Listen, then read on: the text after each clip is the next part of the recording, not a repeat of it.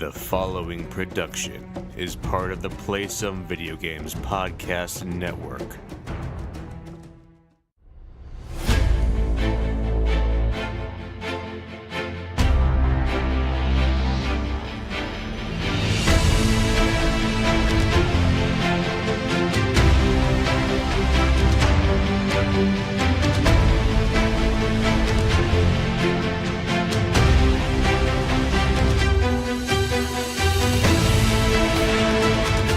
Adventurers, and welcome to Board with Video Games, the gaming podcast that strives for the right balance of coverage for games you play on your table and on your television. You can think of us as the Nate and Sully of gaming podcasts. We're a proud member of the PSVG Podcast Network and now a member of the Make Us Better team over on Patreon. I'm one of your hosts, Kyle, and joining me on this co-op adventure, the guy whose luck clearly never runs out. Josh, how are you doing this evening? I am great. That is way different than your usual answer. Yeah, well, if I ignore the baby's new sleep regression, I'm doing great. So I'm still tired, but I'm feeling good. Feeling good. I get one more day of work and I get another 6 days in a row off. So I'm just looking forward to another long weekend. So clearly, with all of these days off you had, you are going to have a ton of games to talk about in a little bit here, right? You would think that the math would add up to that, but it's not the case. Gotcha. Okay, so really briefly, though, did you see this whole thing about Nathan Drake and luck? So I saw a headline that said Nathan Drake doesn't take bullet damage, and then I stopped reading because I thought, I don't want to know where this article goes. Because you tell me I played 4 Uncharted games and I wasn't taking bullet damage, I am going to be very mad. Yeah, so here's what it works. And this is like from Naughty Dog and Amy Hennig, and everyone's like, yep, this is how it works. Is that when Nathan Drake is running around and his screen is getting red and you think he's taking bullet damage, that is actually just a symbol of his luck running out. And that if his luck gets too low, he will actually then get shot, and that is when he dies. Okay, so it's not he's taking 1 bullet, not 15 bullets. Is like their way of explaining that? Yes, and that apparently was like the original design philosophy for it. I think the red makes it feel not that way, but that is what they are trying to indicate, is that his luck is running out, and that's why he can regenerate health when he gets hides behind something, is he's kind of getting his luck back. It's not him actually regaining health. All right, if you show me like original Uncharted development diaries that say that, I'll believe it. Otherwise, in my head, it's just them going, oh, all these people say, how come Nathan Drake can get shot so much? How can we explain that? And then they're like, oh, he's lucky.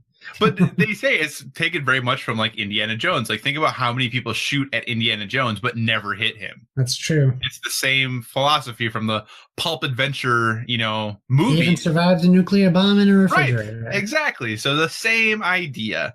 Okay. But anyway, I thought it was kind of a cool thing. I thought that was interesting and explains a lot. I totally get that some people like that. Wow. Man, all right. I guess I'm going to have to be the positive one on the show today. But hey, you know what? This isn't a podcast just about Uncharted, though I totally would do an Uncharted-only podcast. I would do that in a heartbeat. But this is a gaming podcast, so thanks so much for joining us this week. As always, if you have any feedback, questions, suggested topics, hit us up at Board with VG on Twitter, or check us out at Board with VG on Instagram, where Josh posts tons of pictures from the amazing games he is playing. We're also on Facebook at facebook.com/boardwithvg, and we'll take your long form emails, boardwithvg@gmail.com. As always, use that hashtag boardwithvg. Can I say boardwithvg one more time? Sure. Hashtag boardwithvg on all the social medias, just so that we know what you're doing and have an easy way to find you. And as always, if you are now interested in helping make us better, check out Patreon at patreon.com/makeusbetter. And a big thank you to all the supporters there who are helping keep the mics on. So enough of this housekeeping.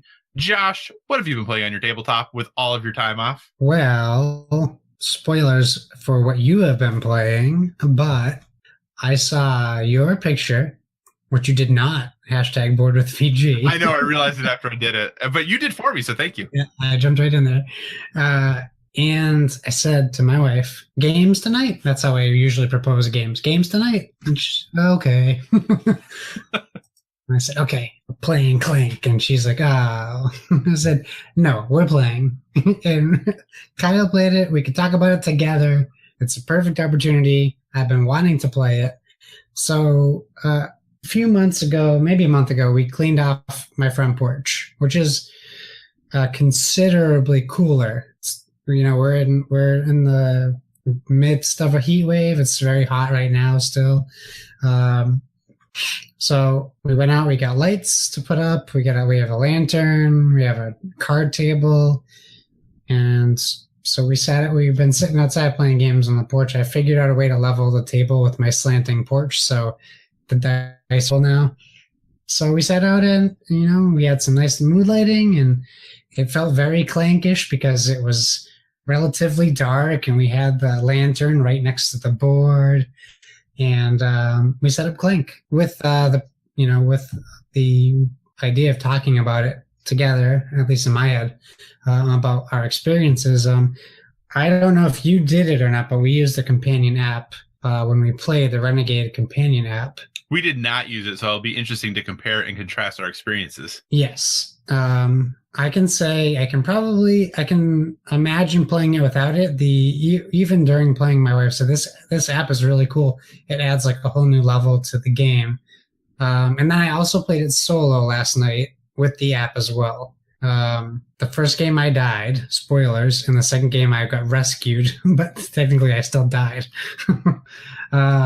So Clank, for people who don't know, it's been out for a considerable amount of time.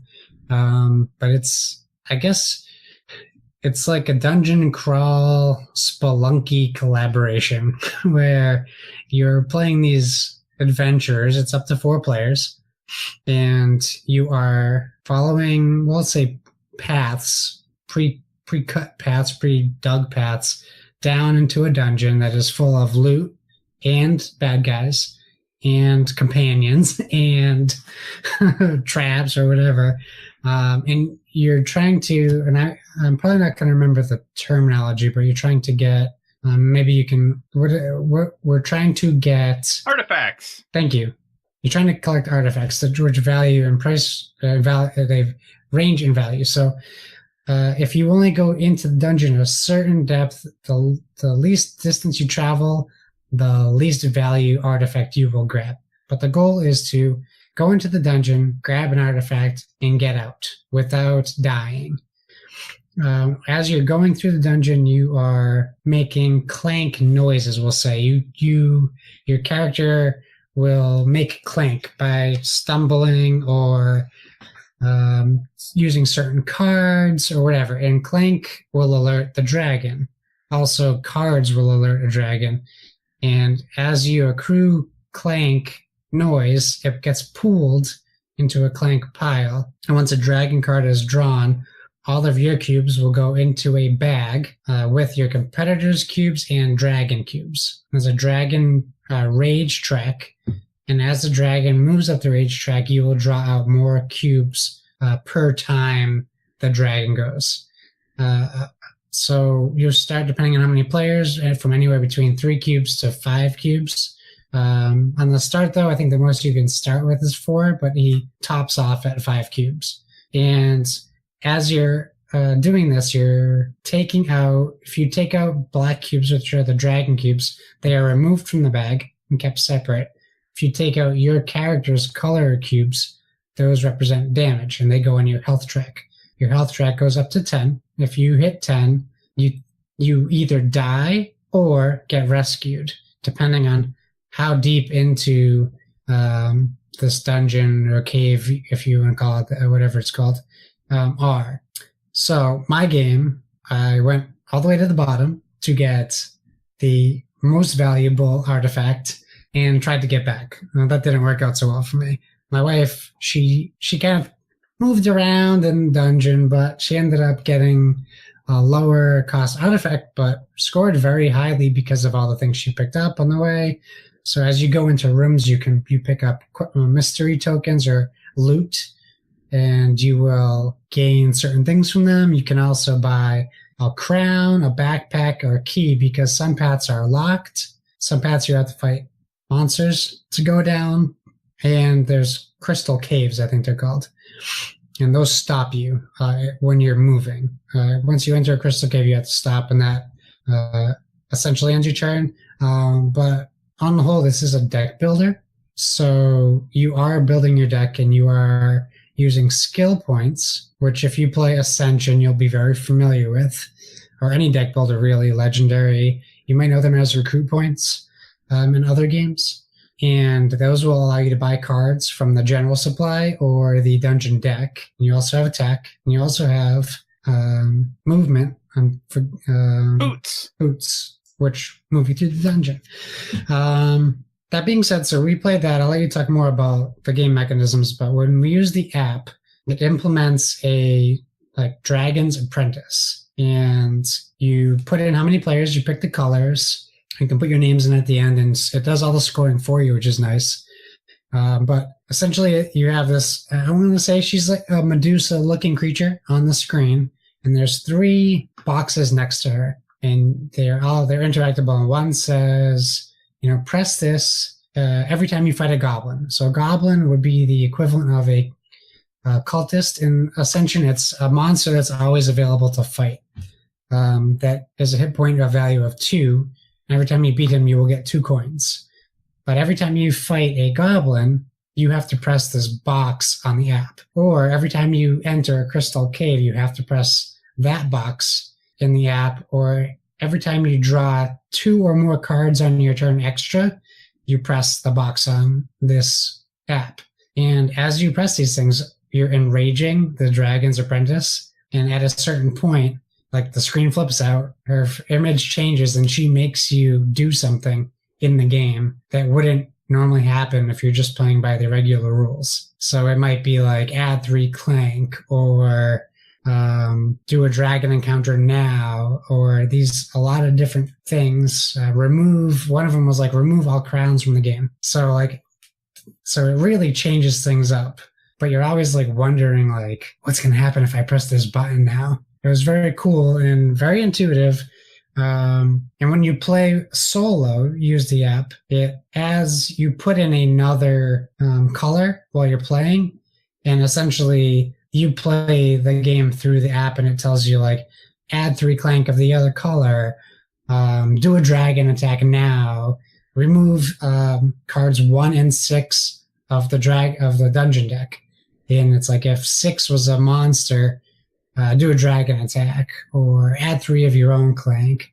So it's just adding all these other things, simulating as if you were playing against another player, which I found way more dragon attacks happened against me playing by myself, because you're doing this for the other character as well. So sometimes you'd have them back to back, because I would draw a dragon card on my deck turn, and then so would the other player. So the big thumbs up for the app for me. But why don't you let me know what you guys thought? Because I'm interested to hear. Yeah, so I mean, like you said, you pretty much hit on a lot of the big things.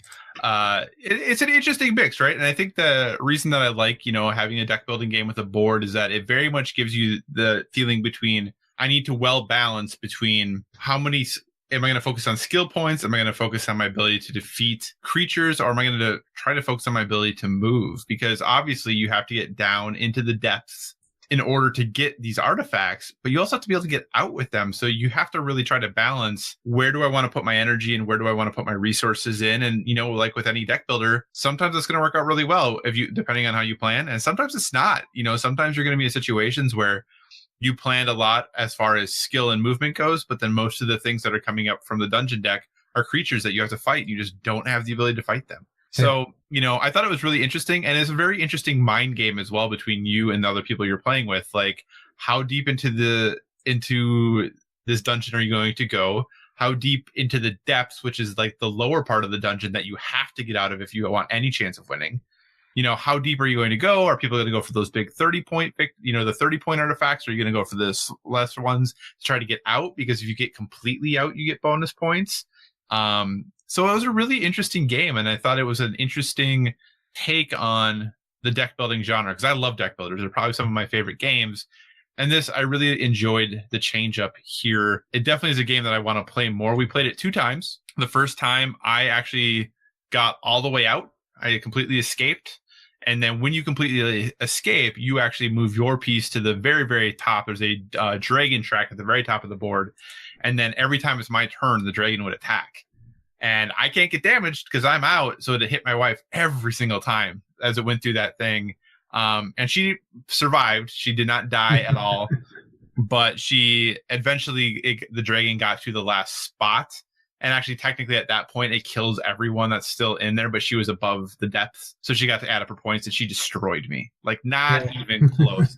I would try to go really fast. I went down fast, grabbed the first artifact, and got out there.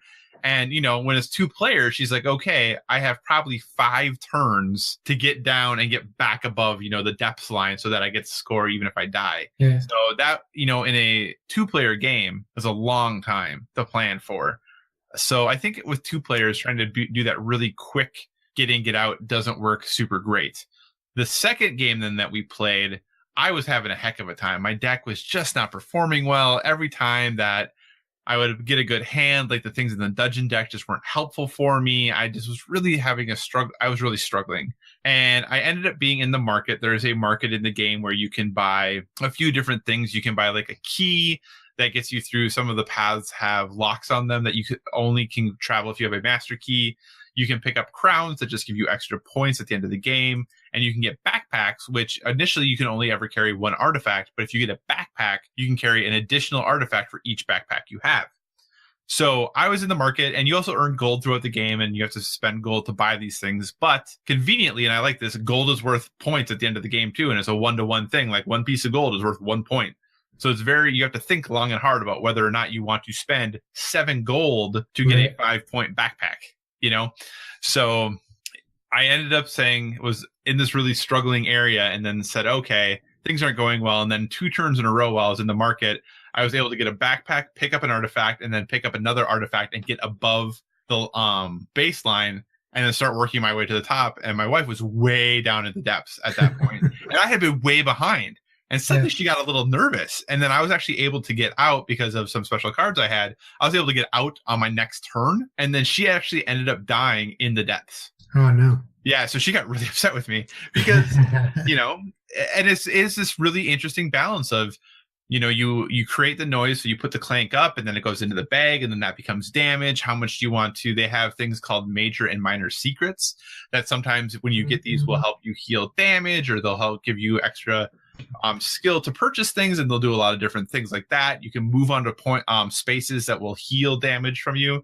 But it really becomes this mind game of how much damage do I need to heal? How many pieces of clank have I put in the bag already that I don't totally remember? Like, you can try to do the math based on the number of clank pieces you have left, how much damage you've taken. You can kind of try to do the math, but it's a really interesting, fun game. I really enjoyed our time with it. I thought from a production quality standpoint, it was really interesting, or I should say really high quality. Like, it's a good feeling game. Yeah. I thought it was a unique take on deck building. I think that there's a lot of different strategies you can use. The app sounds great. I think we'll definitely try that out when we play it in the future. But I think, yeah, there's a lot of different ways that you can approach this. And I think even with more players, it gives a lot more variety than what it does with 2. But it definitely makes me want to buy the expansions. It definitely makes me want to get Clank in space. Yeah. So, yeah, I really enjoy this game a lot. I wish I would have played it sooner because I've had it for some time. Yeah, me too. But I'm definitely glad I got it to the table. And it's one my wife enjoyed too. So this is, I think, something that, especially over the next few months, that we'll probably be playing pretty regularly. I really liked it. I like that while it is a competitive game, I don't necessarily think we really felt too competitive with each other because there's enough. The artifacts aren't too vast. Like, there's a 30, 25, 20. Like, if someone gets 20 or 25, there's still options. Like, you're not out of the game. And you can kind of root for each other still. Like, even if, like, you can both try to get out, and then just who has the more points wins. So, like, as it is competitive, I didn't really feel that has the same element of a deck builder where you're trying to defeat your opponent head on, which I like that aspect. Yeah, there's definitely not a lot of player interaction. Like, there are some cards that, you know, if you play them, it makes the other person put Clank in, and there's a little bit of that, but it very much feels like while you're playing it, like, okay, I have created a strategy. I'm going to try to execute my strategy. Let's see if my strategy is better than your strategy is. And that's it, you know? So you can definitely, like, learn from what other players are doing, keeping an eye on how they're playing, seeing what routes they're taking. and really trying to dig into the strategy that they're using and understanding how they're playing the game. And there's not a lot to take that in it, which I agree. It definitely makes it feel I didn't feel like when I lost that my wife beat me. I just felt like her strategy was better than mine was. So I needed to change my strategy for the next game and figure out a better strategy moving forward. There was no like hurt feelings. There was no feeling picked on, like what you have said in other deck building games. There definitely that can happen where somebody feels targeted or attacked, or your powers really gear at trying to make it so the other person can't play the game they want to. This doesn't feel like that at all. This very much feels like everybody can play the game they want. Let's just see whose game is the best. Yeah. And the app keeps track of your records too. Like it'll save your name. So it'll keep track of your scores and your records if that's something that you're interested in too. I'm not, because I know I'd have way more losses. So I'm really not interested in that. Losses are okay. It means you're growing. Oh, okay. Yeah, I'll remember that line next time that I've lost my 10th game in a row. Look how much I've grown. It's so great. Yeah, you can look at your points if your points are going up. Yeah. So anything else about Clank you want to talk about? No, I mean, I feel the same way as you. I really wish I played it sooner. I've had it forever. As much as I like to get the expansions and the sequels right now, I think definitely get some more playtime in, and then we'll address that. But I can see if it's a good deal, if I can get it like a deal of the day or something, I would definitely jump on it, because I know it's Tuesday now, but yesterday, Monday, it was on sale for 35% off. The Clank was. So like they're still doing sales. So if I can grab Clank in space for cheap, I will. Yeah. And I don't think we've mentioned yet, but it's designed by Paul Dennen, who the only games Paul has done, I believe, is Clank and Clank in Space. So those are the two kind of base games, is Clank and Clank in Space. And then there are expansions for both that fit with, there are expansions for Clank and there are expansions for Clank in Space. Yeah. So it's kind of interesting in that way. When I had tweeted at Renegade about like how am I supposed to decide which one to buy, they were like, both are great. So yeah, I remember that. Perfect. That's great. Well, I went with Clank. But I think, the base game, I think, is $60 is retail, but I think you can find it typically in the $40 price range. And I think for $40, it's a great game for $40. Yeah, I got it for $40. Yeah, but even at $60, like I think the game is worth it. But yeah, like I said, most places it's $40 and it's easily worth a $40 investment because you're going to get a lot of play out of this. And since it's a deck builder, it's going to be different every time. And since there's some randomization with the placement of things, when you're playing at least with two players, it's going to feel a little bit different every time. But yeah, I'm excited to continue to play this, and I am definitely planning to get the expansions for it as well. Nice. Very cool. Any other board games that you played, sir? No. No other board games. I did pick up Ticket to Ride New York at Target. Target exclusive, right? Is it? I didn't know, but I think it might be, yeah. It wasn't on the shelf. I had to ask. Just like the people on the internet said, make sure you ask. It wasn't on the shelf. They were right. And it wasn't at the Target, a different Target I went to today on the shelf. So they're a little slacking on getting that out. But I'm interested in trying it. It's very small, but looks like fun. But yeah, how about you? Any other games? Yeah, I didn't really play anything else. I think the game is supposed to be like, it's only like 10 to 15 minutes long, I believe. That's what I think it was. Yeah, something like that. Yeah, but yeah, I'm just double checking here. It is a Target exclusive. You can only get the game at Target. So. It's only $20. Awesome. All right. Well, hey, we both played the same board game. I wonder if we both played the same video game. So what have you been playing on your television, sir? I haven't been playing much, to be totally honest with you. It was a tough week. I played a little bit of Paladins, just to play a couple more matches. I think we played Overwatch with Coach between the last episode and this one. We did. Okay, so we played Overwatch. And then, so I've been downloading the Prime Day games. Yeah. And out of all the games that I've been playing, I played Manual Samuel. How is that? I'm very interested in that because that was a game that, was it? I'm trying to remember the first time I heard about this. I can't remember if this was a PlayStation thing or a Nintendo thing. But either way, I've known about this game for a while. What do you think of Manual Samuel? Well, first of all, it looks great. The art is very good as far as the theme of it. That makes me worried about the rest when you're like, well, to start, I mean, it looks really good. It has a funny narrator, so it's like the narrator of like the Fallout ads or like this old 60s like TV ads. So it has like an old-timey narrator with that, like that music, that like not poppy, like jingly type music from the 60s. And essentially, you're Samuel, who is kind of a buffoon and a jerk. And he insults his girlfriend while they're in a cafe. And she literally throws a bottle at his head and knocks him unconscious. And he gets up, and you are now controlling his limbs. So like Octo Dad or whatever that game is. And you get hit by a bus and die. Spoilers. And then death comes. The only thing, not the only thing. Death is a little bit of a stereotypical, we'll say, vernacular and speech pattern that I thought might be a little problematic. But otherwise, Death is like a wannabe rapper. And he's like, I'm bringing you back to life, but you have to survive 24 hours, but there's a catch. I'm going to, do something to you that affects your everyday life. And you just basically have to, get on with it. So what Death does is he basically takes away your ability to control any involuntary things your body does, like breathe. So you have to control breathing with buttons. You have to control blinking your eyes. You have to control your spine, which will fold over sometimes, your limbs individually, and then you're challenged with brushing your teeth, putting on clothes, driving a car, which is a standard. You mean like a manual?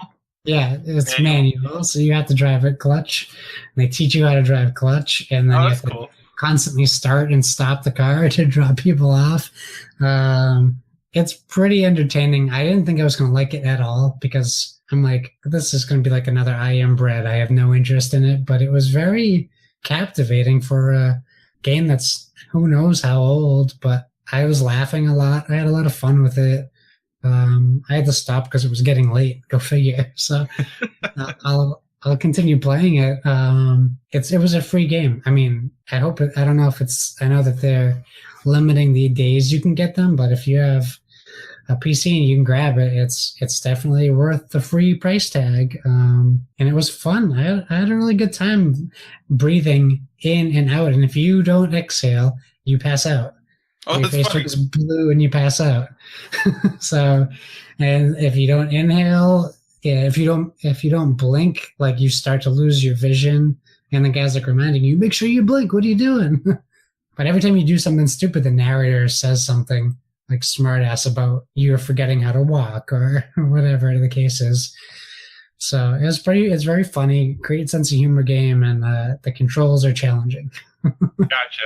Yeah, the publisher Curve Digital does a lot of interesting things because in addition to Manuel Samuel, they're the folks who did like Serial Cleaner and The Flame in the Flood and Hue and Human Fall Flat.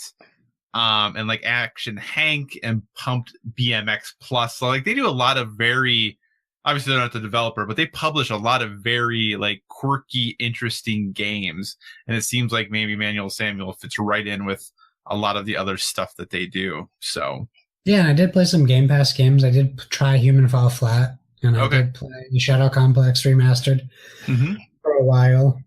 I tried another game that I ended up deleting. That's like kind of what I do with Game Pass. I will say I did a review of Human Fall Flat on psvg.blog if you ever want to go read it. Yes, you did. Yeah. But yeah, so, that's all I've been playing. What have you been playing? So I'm kind of in the same boat. I've been in cleanup mode. I have been trying to finish off a lot of games that I have started and talked about a lot. So I'm just going to mention briefly the things I'm still working on, and then I'm going to talk also very briefly about a new thing that I'm trying that I haven't decided if I like yet or not. But still, I'm on the last level of Bulletstorm. So I've almost have that finished up. So that is right there.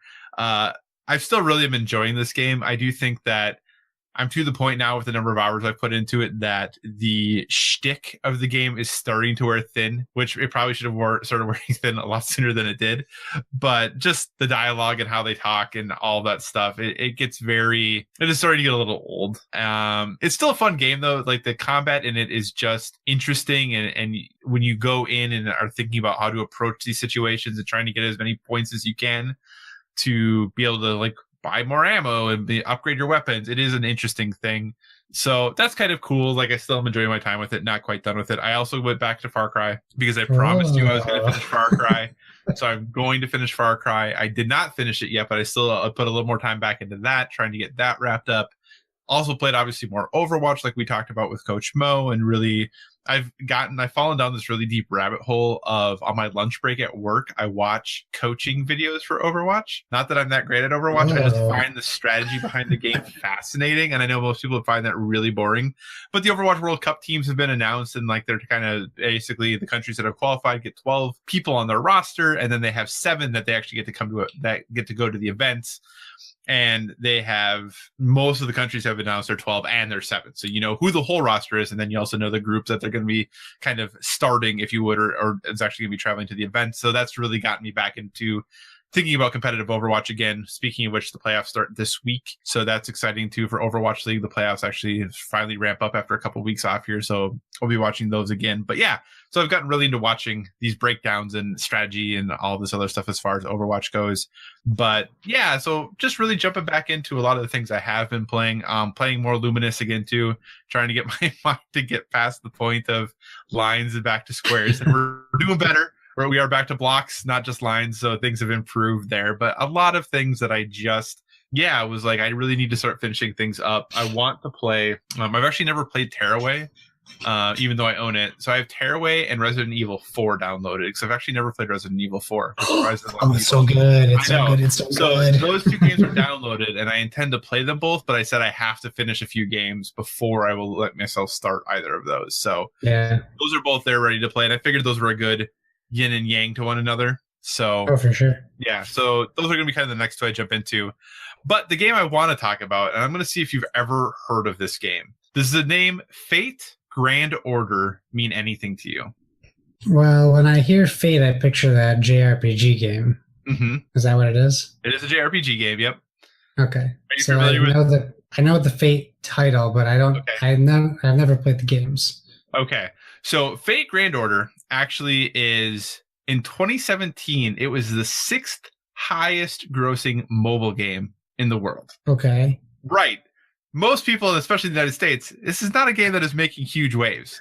But the thing that's really interesting about this game is that it is published by Aniplex. Are you familiar with Aniplex? This is super nerdy Sony stuff. So if you're not, that's totally cool.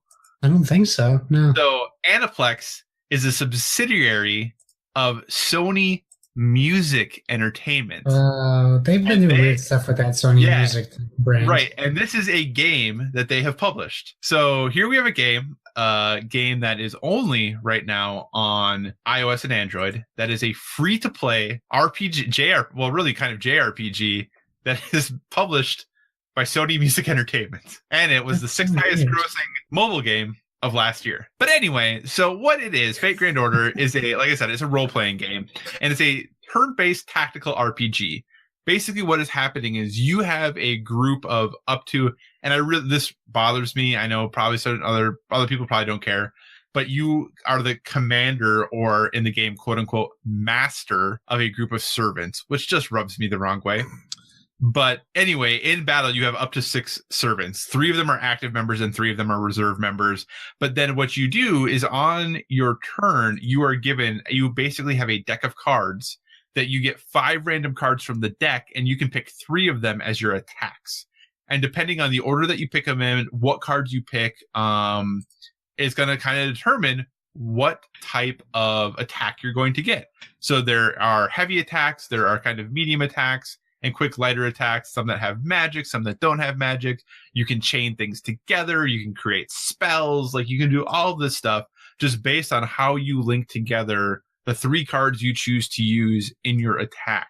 So that's basically what the game is you are going on this RPG adventure and you get into combat and you fight using these cards, and then that gives you rewards, which I think, the currency's called gacha, I think, like GACHA, but then you can use that to buy new quote unquote servants and craft essences to get like new cards and all of that stuff. So it's a free to play game that definitely has in-app purchases. When the game first came out, apparently somebody made a big deal about it because like the first day it came out, a 31-year-old guy in Japan apparently spent like $70,000 on in-app purchases in like the first day. So yeah, but it is still a game that even in January, it's still like in the top 5 as far as grossing mobile games. It's really interesting. I am more into it than I thought I would be. The story is good, not great, but the combat is kind of fun, and really taking these cards and figuring out how you're going to put them together and all of this is I'm having a good time with it. I used to play a lot of Disney Magic Kingdoms, and when I moved to iPhone, I just stopped that game cold turkey. But then I didn't have any games really to play that were a little more of a time sink on my phone anymore. So I was trying to look for something, and I've been kind of craving to play an RPG again. And with, Octopath Traveler coming out here soon, I thought giving Fate Grand Order a go might be fun. And, I'm having an okay time with it. So, yeah, Fate Grand Order, like I said, currently on mobile, is on both iOS and Android. There are some talks about other versions of the game being announced or released. I think that they've talked about a PSVR version of this game potentially coming in the future. I don't know if I'm that into it that I want to play something like that. But yeah, I don't know. If you're into JRPGs or tactical RPGs and are looking for something that whet your appetite mobily, Fate Grand Order might be something you want to check out. It is a very Japanese game, but I think there are definitely some elements, if you're into RPGs, you may want to check out. So that's I downloaded it, so we'll see. Okay. Let's see. We'll see if you enjoy it. So, hey, with that, we'll transition to some of our topics of the show. And Josh, why don't you take the first one? Oh, well, this topic, the Dice Tower Rewards topic. Okay, well, let's cover that since we've been talking about it for months. We can finally get into it. So, the Dice Tower Awards held its annual convention last week, and as part of the convention, the Dice Tower Award winners were announced Thursday night. I was watching it live, which was very exciting. They had a lot of the developers were there, so that was cool to see. So you might remember that we had a contest going on for that, if I didn't remind you enough. So we're going to cover the awards, and then we'll tell you how we did, and we'll tell you who our winner was. That's pretty exciting, I think. So why don't we start? I'll do them in the order I have them, I guess, and you want to just run through them, and we'll talk about whatever at the end? All right, So we got Best Small Publisher, and he kind of ruined it while he was up there. Best New Designer. Both went to Gloomhaven. It was kind of funny because he was accepting his award, and he goes, oh, yeah, they give you 2 trophies for the people involved, but he didn't know that. So he was like, oh, it's nice to win this and Best New Designer. Oh. They didn't even they did that award immediately after. So he was right back up. That is kind of funny. So those both went to Gloomhaven. Best production value went to Photosynthesis, which I think was a surprise. Best game expansion, Star Wars Rebellion. Best game artwork went to Near and Far. Most innovative game, Seventh Continent. Best 2-player game, Santorini. Best game reprint, Downforce, when even the guy was like, if I didn't win this award, I was going to be pretty upset. It's like, that's kind of my old company's job. Best party game, and since I've played it, I totally agree. Magic Maze, which I hadn't played before we had made our predictions. Best family game went to Azul. Best cooperative game, surprising to me, went to Gloomhaven, even though I picked that. Best strategy game, Gloomhaven. Best game theming, This War of Mine. And the game of the year went to Gloomhaven. So he was up there a bunch, which was funny to see. So that being said, when I went through that night, I made a little spreadsheet of our contestants and our predictions. I was listening back to the podcast as I was doing the lists to make sure I get them down right. So Kyle and I had 2 crossovers. We both picked Gloomhaven for best new designer, and we both picked Downforce for best game reprint. Otherwise, we were pretty much, we didn't pick the same game at all, and we both only got 4 correct. We both went 4 and 10. Yeah, that's pretty bad. It's pretty bad. That was awful. I couldn't believe how bad we did. But I was looking through the list, and some of the things we picked were our favorites, not necessarily the industry leaders. So like, I picked Fox in the Forest. We both picked Drop Mix. Yeah, I really like, and I'm going to talk about Seventh Continent soon because I've been playing more of it. But I'm really bummed that Drop Mix did not win for most innovative. I really think it should have. But I picked Gollum Edition for best artwork. Like there were things we picked that were clearly favorites and not necessarily like if we sat down and thought about it, we probably would have done a little bit better. Who knows? Maybe worse. I appreciate you trying to make us look better. I really do. That being said, with an outstanding 9 correct predictions, the winner of our contest was Paul Calicote himself. It's Paul Calicote. Great job, Paul. And I will be sending you an email. So I'm just going to ask you what games you already own from the winners, and then just let me, and then you just respond back, and at some point in the near future, I will be sending you out a brand new game. How awesome is that? It's really interesting too, since you said you wouldn't send out Gloomhaven. It's really good that at least Gloomhaven didn't win. Gloomhaven won like half of the awards. So this could, depending on Paul's game collection, this could be very challenging for you. Yeah.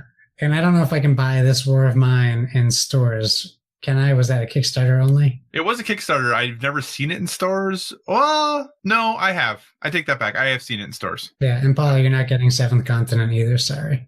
Yeah, that's impossible. And I'm not sending you my copy. Sorry. Well, like they let some people buy into the Pledge Master again recently. Yep, they did. But that went fast. So yeah, congratulations, Paul, and congratulations on being the first Board with Video Games contest winner.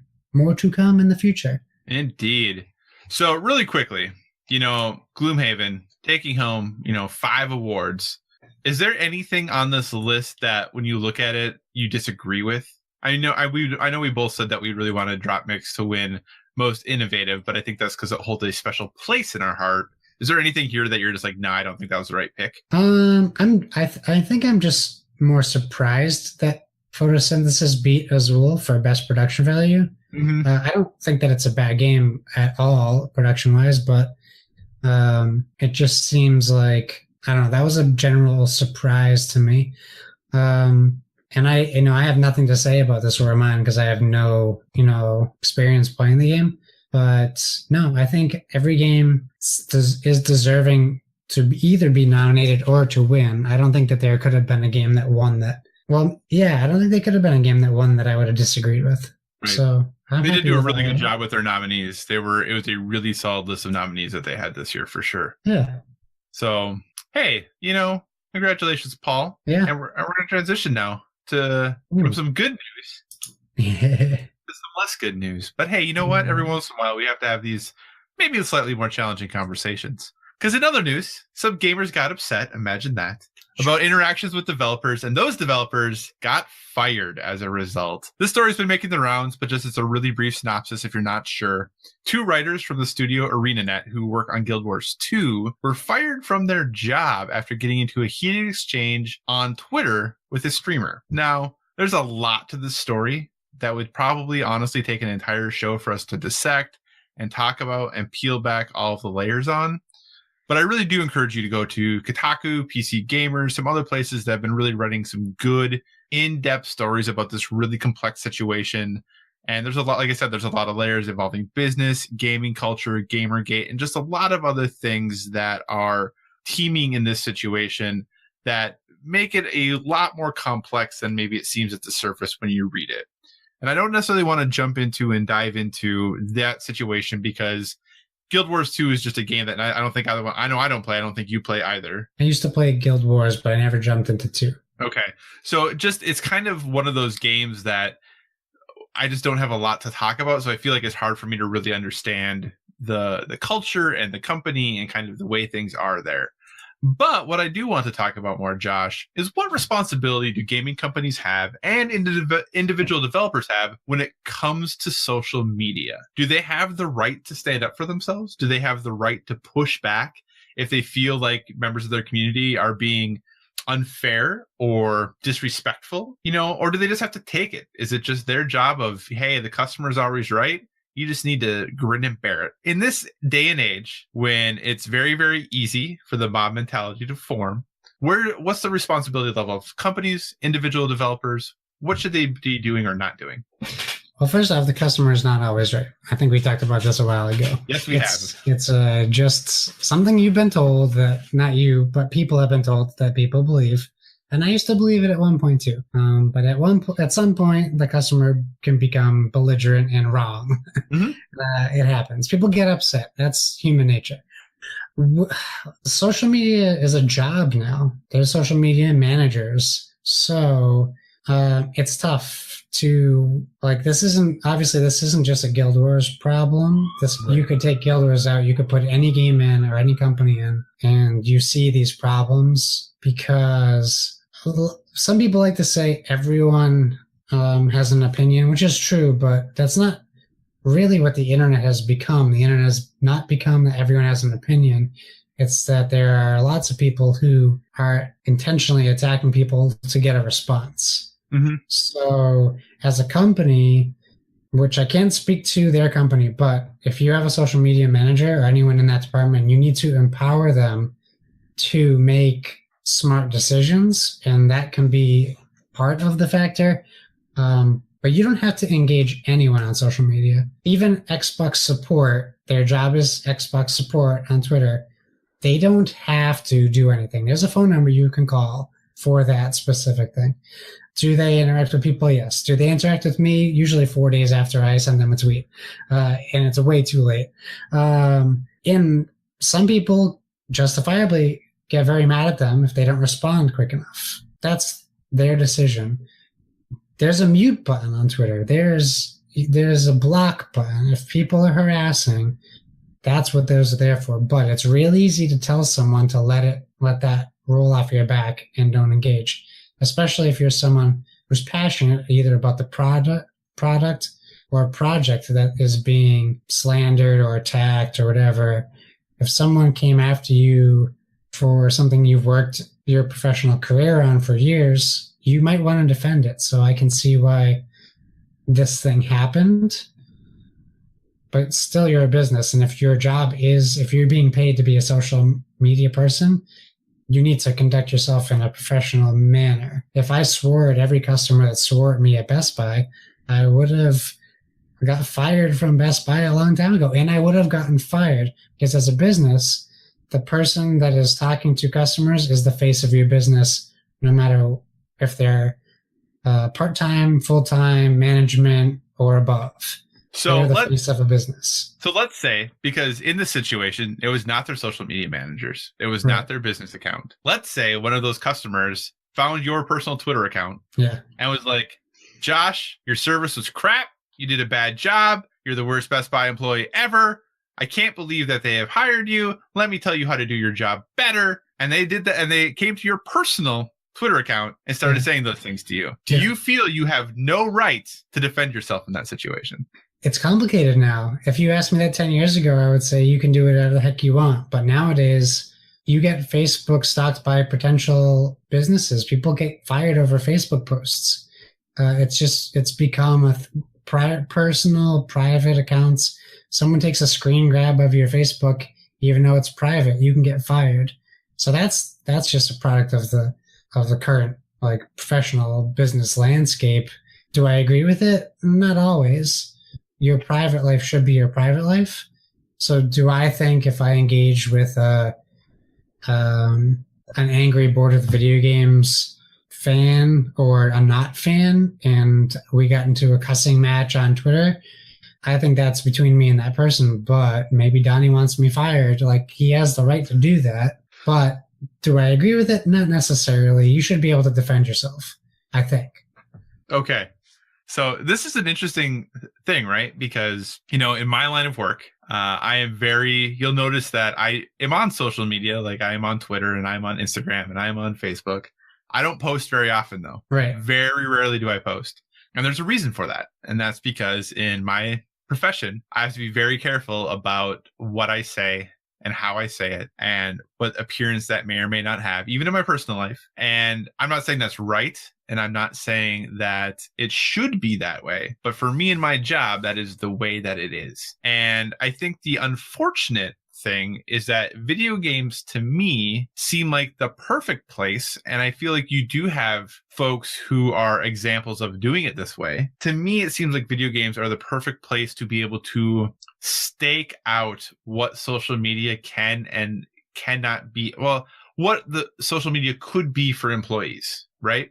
Right. That if someone who is using your product, but maybe not using it in good faith, or is coming after you in a way that is not positive and supportive, that as an employee, you can say like, yo, no, that's not appropriate for you to do that. And I feel like too often and too quickly, video games, like every other industry, are too willing to roll over on their employees than they are willing to stand next to their employees and stand by them and say, hey, this person has done good work. They've committed very positively to our company. They have made great decisions and really been an awesome employee. And you might be really upset with them. And yeah, maybe it wasn't appropriate what they said back to you, but that doesn't erase all of the positive things they have done. Now, obviously, there are, depending on what they say, and a whole lot of other things that doesn't give you a get out of jail free card. But I do feel like for many, many things that game companies especially could do more to stand up to internet trolls, for lack of a better word, because in a lot of ways, they're the ones who created them. One of the biggest companies in video games changed their vision of a piece of work because of internet trolls. Yeah. That's insane. And I think the scariest thing about this is that if you read more into this ArenaNet story and everything that has gone on there, the subreddit for this game, for Guild Wars Now, basically has put out a notice to employees of ArenaNet of like, you better do what we want or we can get you fired. Which is terrible. Which you can never feel safe at your job because you don't feel protected by your employer. Right. Which, though, I don't want to say defense of the subreddit, is clearly true. They set the parameters for your employment. They can do whatever they want, technically. Because ArenaNet has shown that they are willing to fold to that pressure. So I think that's the dangerous slippery slope that we get into with this now of where does that end? Where does the, slippery slope or the standing by our employees or just giving in to the demands of the consumer at every turn, does that ever end? And should it end, I guess? I'm sure there are probably some people who say, we need to have as many consumer protections as we can. We need to ensure that consumers and the folks who purchase these games they feel that they're getting their money's worth and that their voice is being heard. And I understand that. I think that there's definitely value in not being taken advantage of as a consumer. But I think there's also a point where you can say, hey, the company has done a good faith effort here to meet your demands, to meet your expectations. I shouldn't say demands, to meet your expectations of what this product should be. And they have shared their vision of what they want it to be and what direction they're going with it. And yes, they want to make their consumers happy. Yes, our business are trying to make money. I 100% understand that. But, when you have folks who can basically be like, look, this one person was kind of mean to me on the internet, and now I think they should lose their job. And everyone's like, cool, that seems fine. It's kind of a scary place to be. It's mob mentality. Like everyone's like, yeah, get the pitchforks. Can you imagine walking into a GameStop, looking at like the top 6 newest PS4 games and being like, yeah, like it. Oh, I don't like that. They need to fix that game so I can play that game. Like it. Oh, I don't like that game. They need to get rid of that game. That's what people feel like now. They can't walk and look at something that isn't for them. They need it to be for them. Right. And guess what, people? Solo, a Star Wars story, wasn't for kids. It was for 30-somethings who wanted to see Han Solo. That's why it didn't do as well as Star Wars. Last Jedi, stop attacking Rian Johnson. He made his movie. Stop trying to remake his movie. Everyone needs, medical marijuana needs to be everywhere. Everyone needs to just chill out. I'm prescribing everyone a chill pill, a literal chill pill. It is really interesting, right? Because when we talk about, and we'll talk about it in the Discord, which you should all come and join because we have great conversations there. And there was a really interesting, actually, conversation that spurred from the last OT episode about, Xbox and the state of Xbox and what things have happened, depending on how leadership been different when the Xbox launched. And it really is interesting because, there's good things about fans and fandom. Like there are the excitement and the energy and the passion and being able to connect with people about things that you like and being able to share with people the things that you are excited about and why you're excited about them and how they've had positive impacts in your life and the things they have done. Like that is very cool. And that is the exciting, awesome thing about fandom. But then you have all the things that have happened with Star Wars, all the things that have happened now, I would say with this Guild Wars stuff, there is a dark side, for lack of a better term, to fandom that things get in a lot of ways scary. And, I struggle with making these comparisons because I think that it's a false negative. It doesn't mean that this is where people's energies would go, but folks are sometimes so passionate about these things that if they were half as passionate as they were about the state of Star Wars as they were about our education system or homelessness or hunger or anything like that. Like think of the things we could do, but obviously, we all need recreation. Like I understand that. I'm not saying that we should give up the things that give us energy and rejuvenate us, but it is one of those things that when you look at how much energy is put into destroying, for lack of a better word, the lives and the works of people just because you didn't like it, it's kind of mind-boggling. Yeah, it's terrifying. I think it's terrifying because I can't understand it. Like there's a lot of things I can play like devil's advocate on, which I do. I don't see that side, and that's what's scary to me about it. And I don't see that point of view. I tried to understand why, but I don't know. I just never lived my life thinking that. Well, I think what it comes down to is that everything that surrounds you in your life should be for you, and that's not possible. Right. Like it's not possible. Like you can't live your life like I don't know, you're like the King of England, and that's a terrible, weird analogy because that doesn't apply anymore. But like the connotation, like from the olden days, if you will, like no one lives their life like that anymore. Yeah. And if you do, you're delusional. No, don't attack us, people.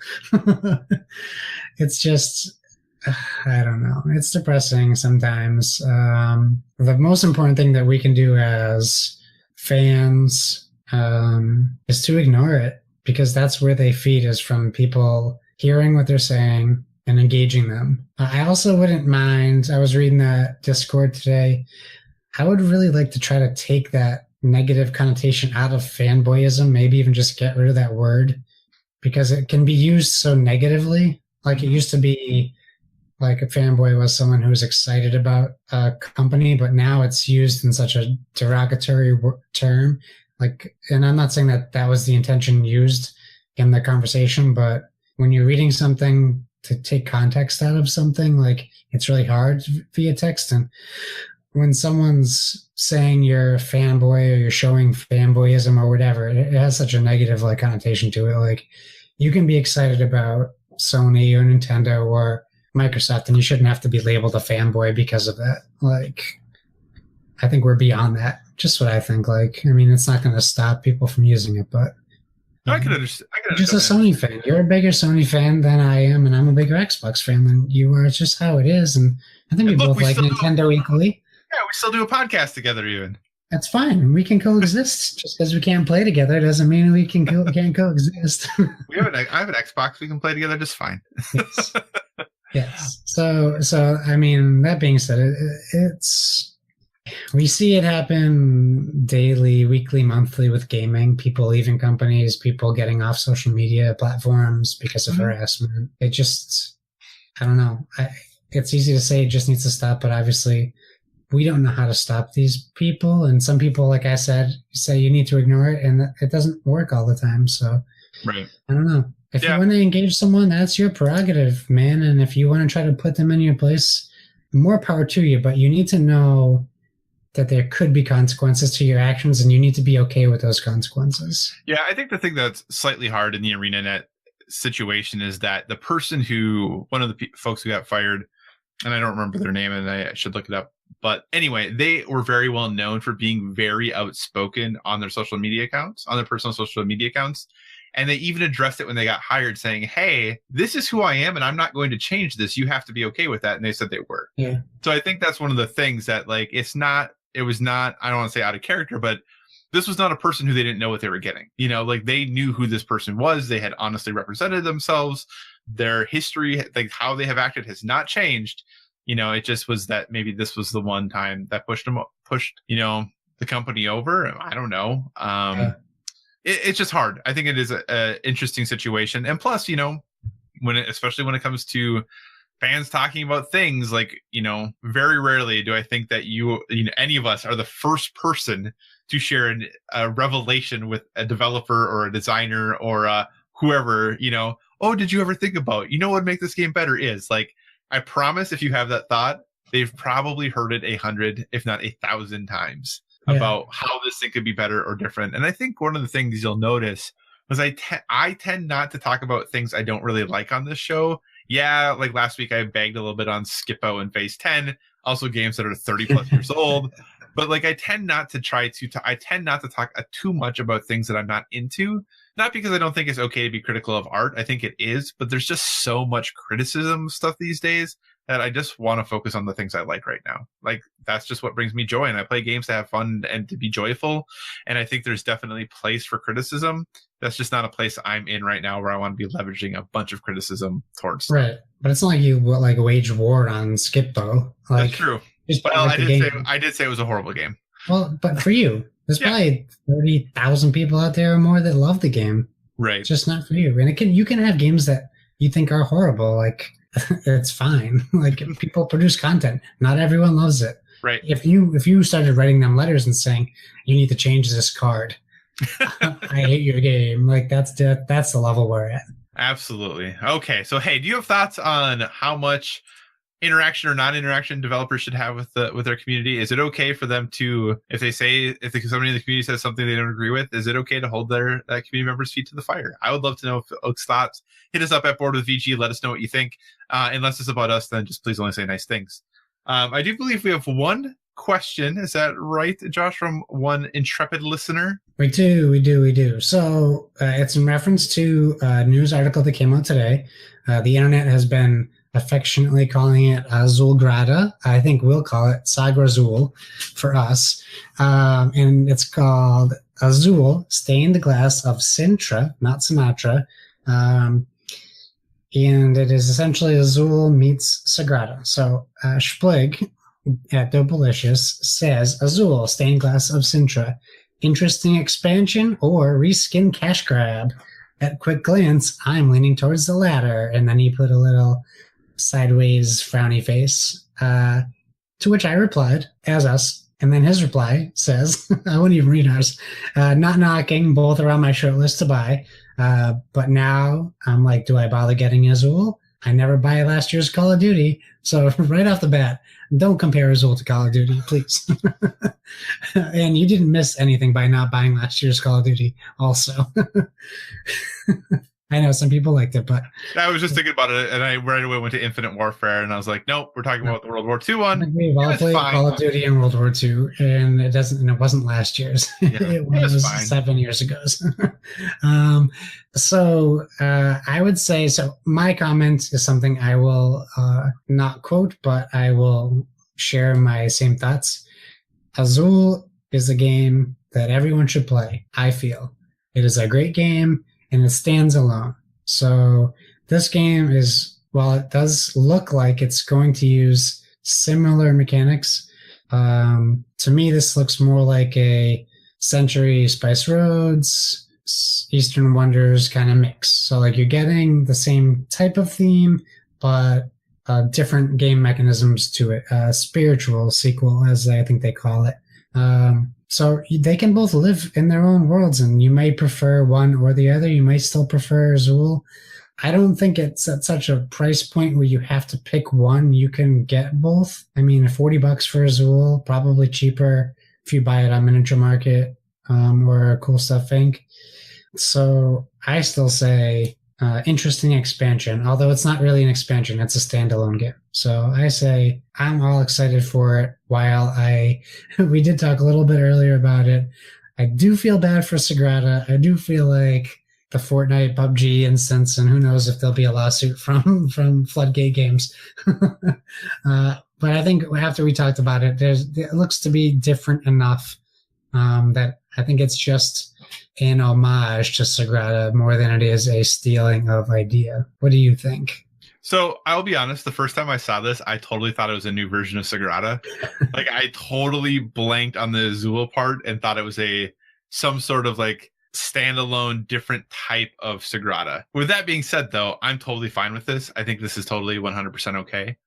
Yes, there are squares in the colors of a stained glass window, and there are things that might make you feel like you're getting some Sagrada there, but how many different racing games are there? How many different, train games are there? How many different whatever games are there? And I think with board games, you tend to see that there's going to probably be more similarities when you are sharing mechanics, but that doesn't mean the game is going to feel the same when you play it.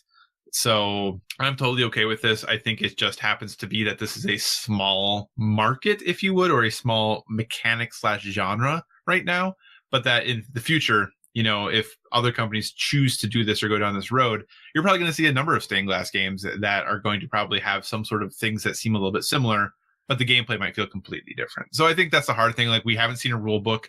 The rules aren't available. So who knows how close this is really going to feel when you play it? Yeah, it might look and have some similarities, but the feel might be totally different. So I think this is totally fine. I'm not worried about this at all right now. But, when the rules come out, if it plays just like Sagrada, then hey, yeah, maybe we'll have something to worry about. But even just in looking at it, if you really look at it, it seems like there's going to be a significant number of differences from that game. So, yeah, I think this is just, since it's such a small market of that, it's such a small genre, and since Sagrada was so big, I think that's why people are keying in on that a little bit. Yeah, for sure. I mean, they're taking what they do good, what people like about Azul, which is the what's the name of the floor? The show floor. I'm blanking on the name, where you pick the tiles off of.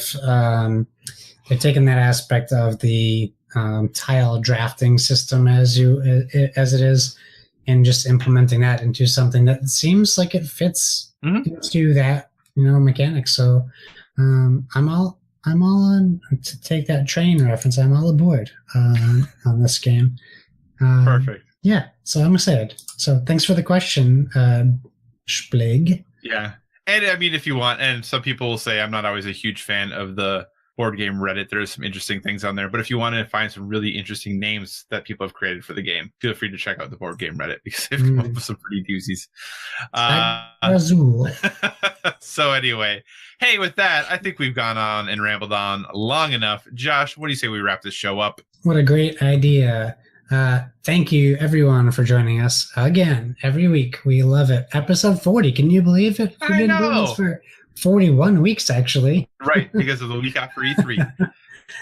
We didn't take the holidays off in December, but we took E3 off. Power right through that. Remember, you can find us on all the social medias. That is at Board with VG, BOARD with VG. And make sure you use that hashtag Board with VG. It's facebook.com/boardwithvg, and of course that fabled boardwithvg@gmail.com, basically a fanfiction inbox. Waiting for that first fanfic. I hope it comes soon. Well, we got Gen Con coming up soon, so hopefully we have another email coming soon. But I can dream. Congratulations again to Paul Calico. I'm not going to tweet at Paul until like Saturday, because I want to leave some surprise if he actually listens to us on Thursday. Oh, nice, yeah. And if he doesn't, we'll find out, because if he doesn't reply, we'll know he listens later, or he might have stopped listening altogether. You can find me at Josh Bones on Twitter, at Dad, Gamer on Instagram. No, it's Bellini Borbone now. I keep forgetting.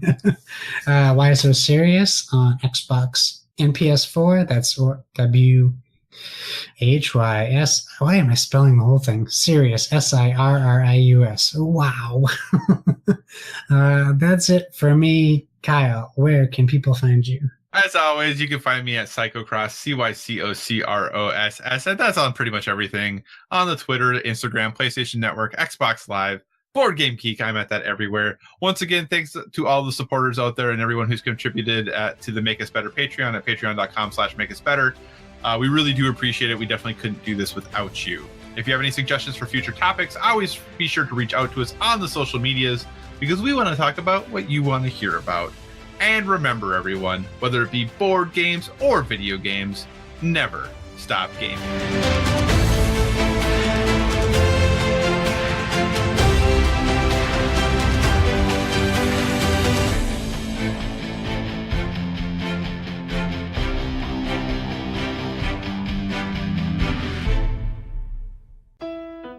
This has been a production of the Play Some Video Games Podcast Network. Find more great content at playsomevideogames.com.